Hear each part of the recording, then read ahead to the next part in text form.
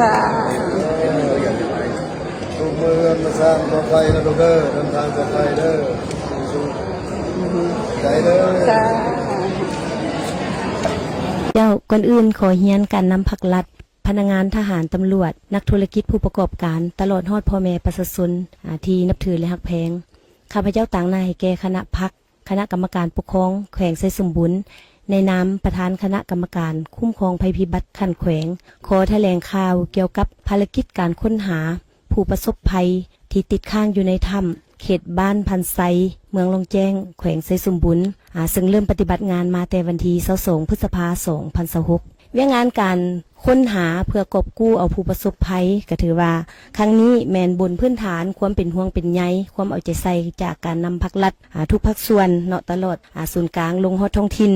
จึงได้สร้างเงื่อนไขเอื้ออำนวยความสะดวกเพื่อการรับการสนับสนุนการช่วยเหลือจากทุกภาคส่วนเข้ามาร่วมในการช่วยเหลือการปฏิบัติงานในครั้งนี้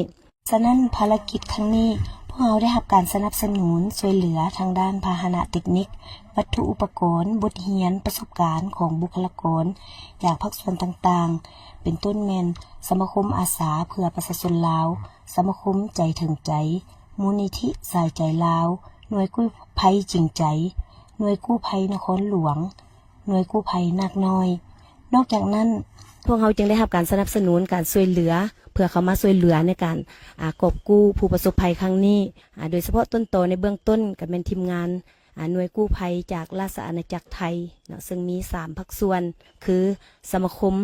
กู้ภัยจากเมตตาธรรมแล้วก็สมาคมสายทานและสมาคมบึงการโศกกามได้ให้การสนับสนุนเข้ามาช่วยเหลือแล้วนอกจากนั้นก็พวกเขาก็ได้รับการช่วยเหลือจากสมาคมนักดำน้ำถ้ำลบซึ่งรวมมี7ประเทศคือประเทศไทยประเทศอินโดนีเซียมาเลเซียญี่ปุ่นออสเตรเลียฟินแลนด์และประเทศฝรั่งเศสเข้ามาให้การสนับสนุนในการปฏิบัติงานในครั้งนี้ทีมงานกู้ภัยจากหลายภาคส่วนก็ได้มีการประสานสมทบ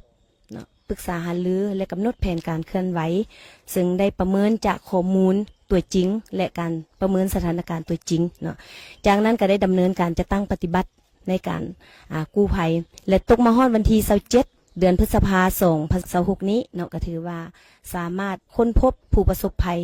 ได้5คนและปัจจุบันก็ถือว่าได้เอามาดำเนินการรักษาฟื้นฟูสุขภาพเป็นปัวสุขภาพและมาฮอดปัจจุบันทั้ง5คนก็ถือว่าสุขภาพแข็งแรงเป็นปกติภายหลังที่ค้นพบ5คนนั้นแล้วทางทีมงานกู้ภัยและการจะตั้งทุกภาคส่วนของพวกเราก็ยังได้สืบต่อแผนการในการซอกค้นอีก2คนที่ยังติดค้างอยู่ในถ้ำมาถึงวันที่6นี้อิงใส่สภาพการตัวจริงเห็นว่ามีหลายปรากฏการณ์เป็นปัญหาที่พาให้มันมีความยุ่งยากในการซอกหาเป็นต้นแมนอันนึงแมนสภาพดินฟ้าอากาศก็บ่อำนวยมีฝนตกหลายอยู่ในบริเวณดังกล่าวนี้ถึงว่าแมนพวกเขาจะได้มีการเร่งสูบน้ำแต่ก็ปรากฏว่าระดับน้ำกับบลดลงเท่าที่ควรนอกจากนั้นก็อิงใส่การวิเคราะห์ของเชี่ยวชาญทางด้านธรณีศาสตร์ของทีมงานกู้ภัย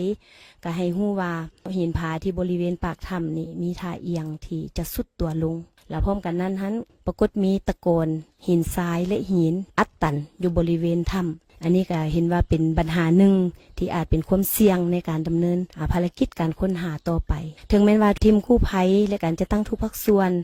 ยังมีความเอาใจใส่มีมนจิตอดทนมีความบุกบืนห้าวหันตัดสินใจสูงแล้วก็ตามแต่ผ่านการปรึกษาหารือเป็นเอกภาพกันแล้วมาฮอดปัจจุบันแม้นพวกเราเห็นว่าจะต้องได้มีการยุติการปฏิบัติงานอยู่ในขอบเขตบริเวณในถ้ำจะอิงใส่การประเมินสถานการณ์และการกำหนดแผนในการจะตั้งปฏิบัติต่อไป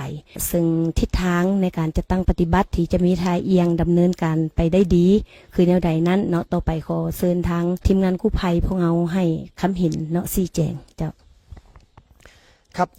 จากการที่เราได้เข้าสำรวจในครั้งหลังนะครับจากที่มีฝนตกชุกนะครับก็พบว่ามีมวลน้ำได้เข้ามาในโถงถ้ำนะครับแล้วก็มีการชะดินชะหินทรายนะครับเข้าไปในจุดที่ผมดำน้ำเองนะครับทำให้เกิดการตื้นเขินของจุดดำน้ำทำให้การลงไปของผมเนี่ยมันยากขึ้นแล้วก็เกิดความแคบมากขึ้นนะครับเราก็เลยตัดสินใจออกมาก่อนนะครับแล้วก็พบว่าอันดับต่อไปเนี่ยทางทีมงานเราเนี่ยมีการเข้าไปแล้วพบว่าทางปากถ้ำเนี่ยมีการเคลื่อนตัว เล็กน้อยของตัวหินนะครับเราก็ได้เชิญผู้เชี่ยวชาญด้านธรณีวิทยานะครับเข้ามาประเมินความปลอดภัยของตัวปากถ้ำซึ่งเป็นหินปูนทั้งหมดนะครับก็พบว่าในก่อนหน้านี้เนี่ยมันมีการ after shock จากการแผ่นดินไหวเนี่ยห่างจากเราไปประมาณ200กิโลเมตรซึ่งทางด้านนักธรณีวิทยาของเราเนี่ยก็ได้พบว่าอาจจะมีการส่งผลทำให้เกิดการเคลื่อนตัวของหินนะครับมีการขยับของหินณปากถ้ำเราหลังจากนั้นเนี่ยเราก็จะได้มีการประเมินตลอดทุกวันในการเข้าออกว่าตัวหินดังกล่าวเนี่ยครับมีการเคลื่อนต่อไหมและสุดท้ายเนี่ยเราก็พบว่าหินดังกล่าวมีการเคลื่อนแล้วก็สุดตัวมากขึ้นจนนักธรณีวิทยาของเราเนี่ยก็พบว่ามันอาจจะเป็นอันตรายต่อไปในการเข้าและออกตัวถ้ำนะครับก็อาจจะส่งผลทำให้นักกู้ภัยแล้วก็นักดำน้ำของเราเนี่ยอาจจะเกิดอันตรายต่อไปในการเข้าและออกครับครับจากการวางแผนภารกิจการปฏิบัติการค้นหาและช่วยชีวิตทั้ง7ชีวิตที่ติดอยู่ในถ้ำนะครับจะได้เห็นผ่านสื่อมาแล้วบ้างนะครับว่าโครงสร้างการปฏิบัติการของพวกเรามีทั้งเหนือเขาแล้วก็ในปล่องถ้ำแล้วก็การบริหารจัดการน้ำซึ่งตลอดระยะเวลาที่ผ่านมาการบริหารจัดการรวมถึงแผนปฏิบัติการได้ดำเนินการตลอดทั้งกลางวันและกลางคืนนะครับตลอด24ชั่วโมงไม่ได้พักเลยแต่ว่ากลไกที่มีการเปลี่ยนแปลงเกี่ยวเนื่องกับทางธรรมชาตินะครับซึ่งเป็นอุปสรรคปัญหาใหญ่ของภารกิจนะครับก็พิจารณาแล้วว่าคงอยู่ในการบริหารจัดการน้ำจะเป็นเรื่องที่เหมาะควรมากกว่าในเวลานี้มากกว่าการที่จะส่งนักกู้ภัยเข้าไปค้นหาและกู้ภัยภายในถ้ำนะครับเพราะว่าอุปสรรคและปัญหาดังกล่าวนั้นเกิดจากธรรมชาติแล้วก็ข้อมูลที่ได้ชี้แจงมาก่อนหน้านี้ครับมีผลเป็นอย่างมากต่อความเสี่ยงของทีมกู้ภัยจึงพิจารณาไม่ส่งทีมกู้ภัยเข้าไปปฏิบัติการภายในโถงถ้ำแต่ขออนุญาตส่งมอบต่อในเรื่องของการบริหารจัดการน้ำเพื่อเพิ่มโอกาสรอดเราไม่ทราบสถานะในสิ่งที่อยู่ข้างในนะครับว่าจะอยู่ในสถานะไหนแต่อย่างน้อยการบริหารจัดการน้ำในช่วงต่อจากนี้ไปน่าจะเป็นโอกาสที่ดีนะครับและก็น่าจะช่วยได้มากกว่านี้นะครับผมเจ้าต่อกับสภาพการปฏิบัติงานเนาะในการค้นหามาฮอดนี้ถือว่าได้ผ่านความพยายามเนาะของทุกภาคส่วนแล้ว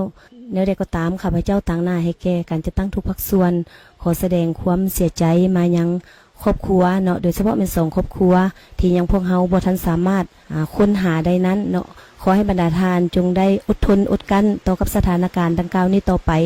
พวกเฮาการจะตั้งพรรครัฐทุกภาคส่วนตลอดทั้งทีมผู้ช่วยเหลือจากทุกภาคส่วนก็แม่นได้เฮ็ดสุดความสามารถแล้วแต่ก็ยังจะสืบต่อเนาะจะสืบต่อเบิ่งทิศทางในการช่วยเหลืออีกต่อไปฉะนั้นณโอกาสท้ายนี้อีกเทื่อนึงข้าพเจ้าต่างหน้าให้แก่คณะพรรคองค์การปกครองแขวงตลอดทุกการจะตั้งทุกภาคส่วนของแขวงขอแสดงความขอบอกขอบใจเป็นอย่างยิ่งมายังการนำพรรครัฐเนาะที่ได้ให้ทิศชี้นำในการจะตั้งปฏิบัติเวียกงานครั้งนี้มาโดยตลอดขอขอบใจมายังทุกภาคส่วนที่ได้ให้การสนับสนุนทางด้านวัตถุอุปกรณ์ทุนฮอนเหือแห้งที่ประกอบส่วนเข้าในการปฏิบัติภารกิจครั้งนี้พิเศษขอแสดงความขอบใจเป็นอย่างยิ่งมายังทีมกู้ภัยของทุกภาคส่วนทั้งภายในและต่างประเทศที่ได้สละสติปัญญาเหือแห้งเนาะความสามารถทุกสิ่งทุกอย่างเนาะเข้ามาประกอบส่วนเข้าในการดำเนินภารกิจในการค้นหาผู้ประสบภัยของพวกเราครั้งนี้แล้วก็ขอไว้ใส่ให้พรมายังทุกๆทานเนาะจงมีสุขภาพพลานามัยที่สมบูรณ์แข็งแรงเฮ็ดสำเร็จหน้าที่เวียกงานตามความมุ่งมั่นปรารถนาของบรรดาทานสำหรับทีมกู้ภัยจากต่างประเทศเนาะก็ขอให้บรรดาทานจงเดินทางกลับคืนประเทศด้วยความสวัสดิภาพขอขอบใจ